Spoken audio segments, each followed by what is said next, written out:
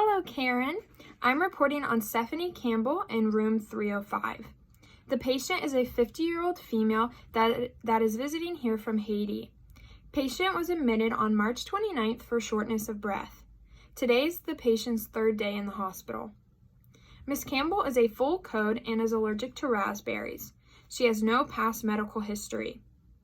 She was brought into the emergency department for shortness of breath on March 29th, but was admitted to the med-surg unit the same day. The patient has been on airborne precautions for possible TB since admission. On assessment, I found bilateral crackles and wheezing in the lower lobes. The patient was also complaining of chest tightness, night sweats, nausea, anorexia, and having an irregular period. Patient's sputum has been an abundant, thick, purulent, and blood-tinged, accompanied with her ongoing and persistent cough. The patient has also had a low-grade fever periodically throughout admission. Ms. Campbell has hypoactive bowel sounds ×4 and hasn't had a bowel movement since March 29th. She is oriented ×4 but is lethargic and slow to respond. Since admission, she has appeared anxious, sad, and has been crying periodically throughout her time here. She has had weak grips in her left and right extremities. Ms. Campbell speaks French and minimal English, so you're going to have to use an interpreter. I've had to use a translator during our interactions throughout the whole time of admission. Her skin is dry and has poor elasticity. Her bun is slightly elevated at 27, probably since she's been dehydrated because she hasn't been drinking the water as instructed. She has non-pitting edema bilaterally in her lower extremities. She has a TED thigh-high hose in place on both extremities and SCDs in place to prevent DVT. In addition, the patient has uneven, labored, and high respirations. When she breathes, she's using her accessory muscles and has slight nasal flaring as well. Her cough is wet and accompanied by, like I said before, the thick yellow blood streak odorous sputum. Ms. Campbell is on 3 liters via nasal cannula, and respiratory therapy is also working with her. She is using her intensive spirometer every hour. I took her vital signs 30 minutes ago, and they were the following: a temperature of 99, a pulse of 100, respirations of 20, blood pressure of 25/80, oxygen of 95, and a pain level of a 2 out of 10. The patient is currently on 4 medications for her recently confirmed case of TB. Her last dose of ethambutol was at 1200. It was 1600 milligrams that she is going to be taking daily. Isoniazid at 1200. She took that at 1200, and it was 300 milligrams that she will be taking daily.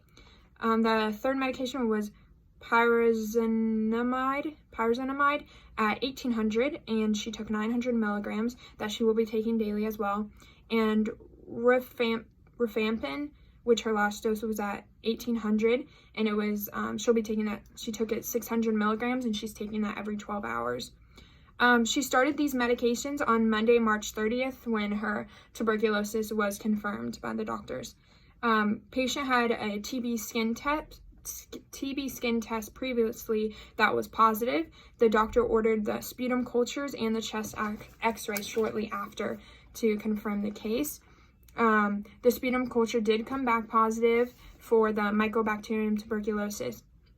The chest x-ray showed primary lesions in her lower lobes. And the patient's white blood cell count is 15,000. The patient stated she received the BCG vaccine when she was 10 years old in Haiti. The patient should leave the room only if absolutely necessary with a proper surgical mask according to the protocol. There is a sign in front of the door, and I have educated all the visitors, I've educated all the staff and the patient on that, but there hasn't been any visitors yet for her.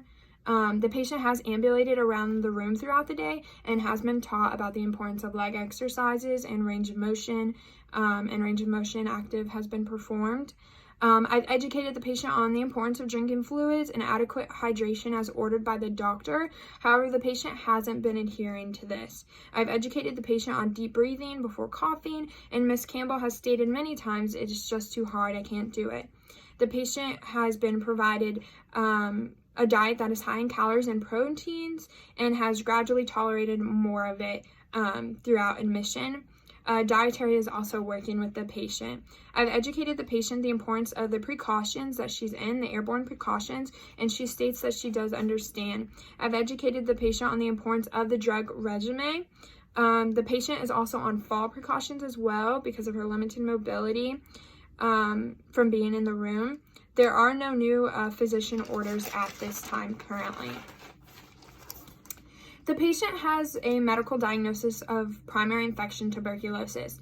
I'm concerned with the patient's breathing problem and gas exchange. This could be life-threatening if the patient's sputum accumulates and impairs gas exchange and breathing. I'm also very concerned with the patient's complete understanding of the disease and prognosis. The patient doesn't seem to understand the importance of adhering to the strict drug regimen to prevent the infection from becoming drug resistant. I'm also concerned about the patient's compliance to the nursing interventions because Ms. Campbell hasn't been adequately hydrating herself and increasing fluids to thin out her secretions. She also hasn't been implementing the cough and deep breathing exercises. I recommend that you continue to monitor the patient's vital signs, especially respirations, the heart rate, and the oxygen stat. I recommend that you continue to assess the patient's lung and collaborate with respiratory therapy about further interventions for her. Educate and reinforce the use of the incentive spirometer every hour as well to help open up her lungs.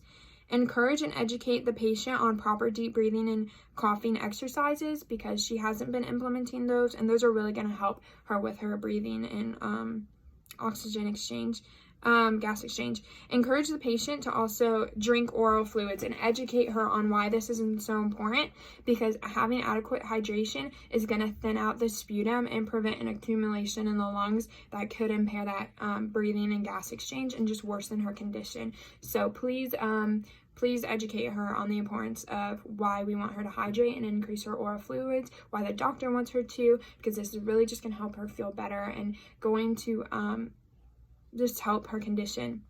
Encourage the patient to ambulate around the room to open up the airway, continue to maintain strict airborne precautions, and continue to educate the patient, any family that may come, or friends, and the staff on the importance of it. This is very, very important. This disease that she has is highly infectious, and we need to be constantly alerting and re-educating everyone that comes in contact with her, all the staff, the patient, so that she understands because it's a highly infectious disease and we need the proper precautions, the proper PPE to be communicating with her and to provide her the best health care that we can while also protecting ourselves and her. Encourage the patient to eat foods that help promote healing. Like I said before, she is collaborating with dietary and continue to collaborate with dietary as the nurse to improve her diet and increase her tolerance. She is slowly eating more of her diet, but we need to ensure that she is getting the proper vitamins and protein that she needs to ensure healing. So continue to assess her diet, how much she's eating, and especially work with dietary because we need to help her gain more weight because she has lost a lot. Assess the patient's psychosocial status and ask the patient how they are feeling frequently. This is a very scary time for the patient, and she has shown that she is very scared and crying throughout the day. So please just try to talk with her and communicate with her via the translator and to see if there's anything else that we can do to help her mental health and to just help her and be there for her. Also collaborate with pastoral care if needed. Like I said before, she has been showing very many signs of like crying and not doing okay mentally. So please, if you need to collaborate with pastoral care, if you need to get that order from the doctor to do that, she may need that.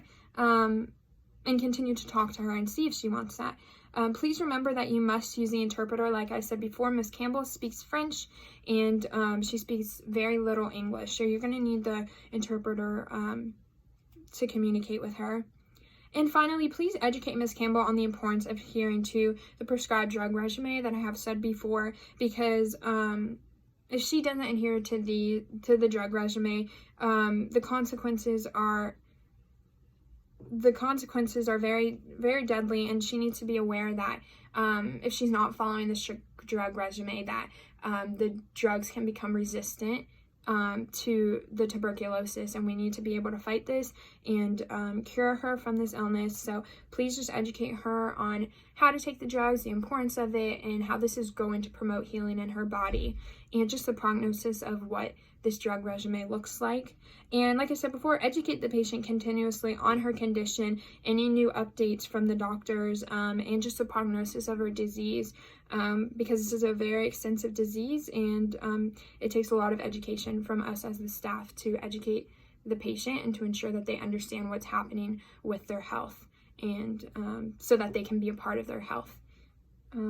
Any questions? Okay, thank you.